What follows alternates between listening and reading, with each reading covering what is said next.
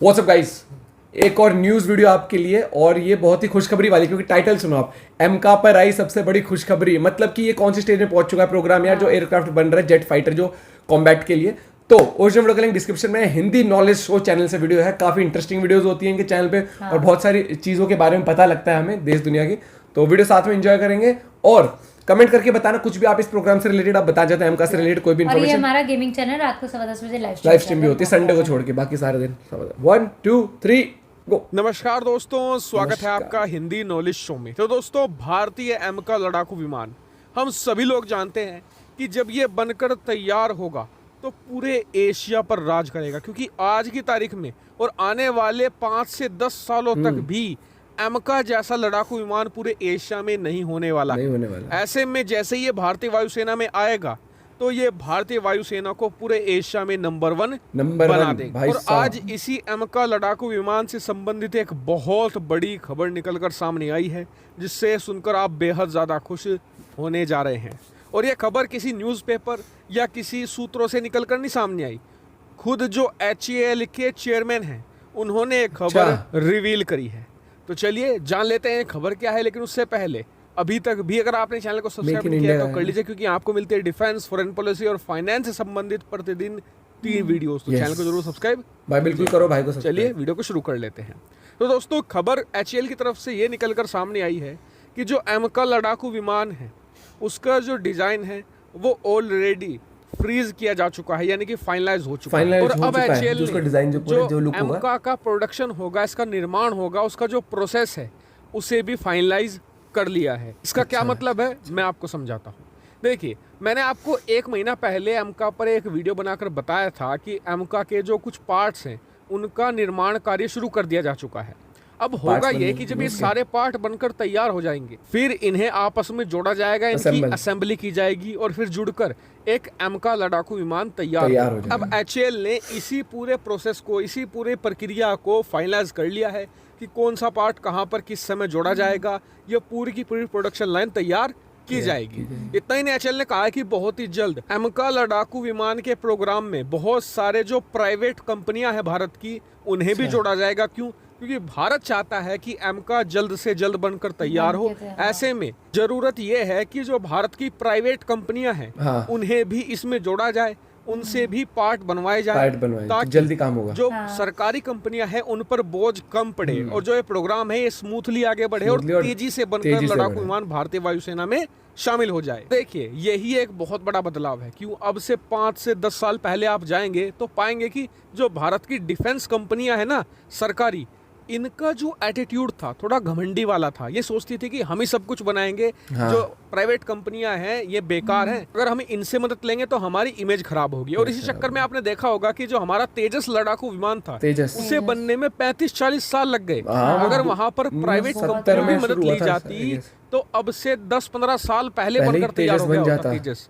लेकिन इस बार सरकार और भारतीय वायुसेना बहुत ही स्ट्रिक्ट है, जिस वजह से भारतीय जो सरकारी डिफेंस कंपनियां हैं ये लाइन पर आ गई हैं। और इससे बहुत फर्क भी पड़ा है। आप ही देख लीजिए, पिछले 1-1.5 साल पहले जो एमका प्रोग्राम है लग रहा था कि 2030 के बाद ही तैयार होगा, लेकिन आज स्थिति यह है, ऐसा लग रहा है कि 1-1.5 साल के अंदर एमका बनकर तैयार हो जाएगा और फिर इसकी 1-1.5 साल बाद टेस्टिंग कंप्लीट करके इसे भारतीय वायुसेना में 2024 के अंत तक शामिल कर लिया जाएगा। वरना 2035-40 तक असंभव लग रहा था एमका भारतीय वायुसेना में आ जाए। लेकिन इस बार भारतीय सरकार और भारतीय वायुसेना बहुत ही स्ट्रिक्ट होकर चल रही है एमका पर। वो चाहती हैं कि जल्द से जल्द ये बन जाए, चाहे इसके लिए कुछ भी करना पड़े। और इसी चीज का फल है कि एमका इस समय गोली की रफ्तार से आगे बढ़ रहा है। ताकि इस पूरे घटनाक्रम पर आपका क्या मानना है कमेंट करके जरूर बताएगा। साथ ही वीडियो को शेयर कीजिएगा और चैनल को सब्सक्राइब करना बिल्कुल भूलेगा। भाई बहुत ही बढ़िया इन्फॉर्मेशन दी भाई ने, और आई होप यार जितना जल्दी तैयार हो उतना बढ़ेगा, क्योंकि एक एयरफोर्स जो होती है कंट्री के लिए बहुत मायने रखती है। क्योंकि एयर डिफेंस सिस्टम जितना स्ट्रॉन्ग उतना ही बहुत मायने रखता है। और तेजस को बनने में 35-40 साल लगे थे, वो कब 10-15 साल पहले तैयार होते। भाई ने बहुत बढ़िया बात बताई। ऐसा लगता है कि उस टाइम इसलिए लगा, उस टाइम जो टेक्नोलॉजी है वो इतनी एडवांस भी नहीं थी ना, वो एडवांस नहीं थी। लेकिन प्लस एक चीज ये है ना कि पता है इतने रिसोर्सेज भी नहीं थे जितने आज के टाइम पे है, जितने आज के टाइम पे रिसोर्सेज हैं। प्लस अब प्राइवेटाइजेशन भी कर दें, प्राइवेट कंपनियों को भी इसमें शामिल कर दे तो उससे और जल्दी काम होगा और लाइन पे। तो ये चीज बहुत बड़ी, और ये कोई वैसे अपने देश के लिए काम कर रहे हैं, प्राइवेट गवर्नमेंट कंपनी क्या हो गया मिलके करेंगे। हाँ, और वैसी कोई न्यूज नहीं है ये वाली की क्या बोलते सिर्फ उड़ती उड़ती खबर है, ये प्रॉपर HEL के चेयरमैन ने बताई है, तो ये तो बहुत बड़ी बात कर दी। प्लस एमका पूरे एशिया में 10-15 साल तक राज कर, मतलब कि कम से कम 5 से 10 साल तो क्योंकि एक जहाज को बनाने में काम करने में बहुत टाइम लगता है। तो और ये जिस हिसाब का इसके स्पेसिफिकेशन बताई है, बट फाइनलाइज हो गई है। एमका से रिलेटेड आपके पास क्या इन्फॉर्मेशन गाइस, थोड़ी बहुत भी आपको नॉलेज जनरल है तो शेयर जरूर करना कमेंट में, क्योंकि बाकी लोग भी कमेंट पढ़ते हैं। और एमका पे एक डेडिकेटेड वीडियोस, उसके क्या फीचर्स होने वाले हैं, क्या कुछ होगा, तो उसके बारे में अगर आप वीडियो चाहते हैं तो बताना जरूर, उस पर भी हम एक वीडियो आपके लिए लेके आएंगे। लेकिन एमका की सोच, एक फाइटर जेट प्लस कितनी स्पीड होती है इनकी।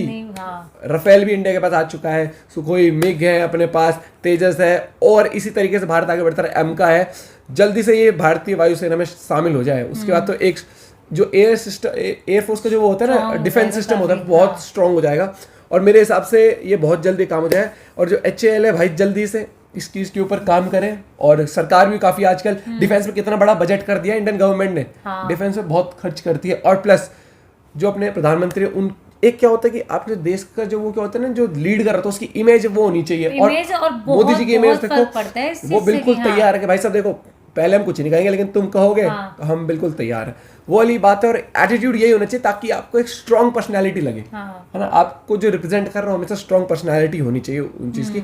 मुझे मजा आ गया क्योंकि आज जो अदर कंट्रीज में नाम है इंडिया का, जिस लेवल पे इंडिया स्टैंड करता है आज जिस लेवल पे इंडिया स्टैंड करता है, बिल्कुल सही बात। और जो रिलेशनशिप मेंटेन किया है इंडियन प्राइम मिनिस्टर ने, हाँ, चाहे अमेरिका हो, चाहे इजराइल हो, चाहे रूस हो, हर एक कंट्री। और प्लस ये देखना इंडिया हर लेवल पे इस टाइम पे काम कर रहा है, चाहे वैक्सीनेशन हो दूसरे देशों को भी पहुंचाई है। और अब ऐसा हो गया कि इस साल के एंड तक मेरे हिसाब से 50 से 60% लोगों को वैक्सीनेशन भी हो जाएगी। और प्लस हेल्थ बजट कितना बढ़ा दिया है सरकार ने, हेल्थ बजट बढ़ा दिया है और बहुत ही जोरों शोर से काम चल रहा है। और मेरे हिसाब से इंडिया का हो जाए जो टॉप क्या बोलते हैं जो सिस्टम होता है डिफेंस में, टॉप 5 कंट्रीज में इंडिया आ जाए ना हर तरीके से, चाहे इकोनॉमी हो, चाहे क्या बोलते हैं डिफेंस सिस्टम हो इंडिया का, हर तरीके से, तो वो बहुत ही गर्व की बात होगी। और मेरे को ये लगता है कि जैसे जब जो चीन पे तनाव, चीन और इंडिया का वैक्सीन को लेकर तो धीरे धीरे ना इंडिपेंडेंट होता जा रहा है बहुत सारी चीजों में। जैसे पहले जब कुछ भी ऐसे पार्ट्स बनते थे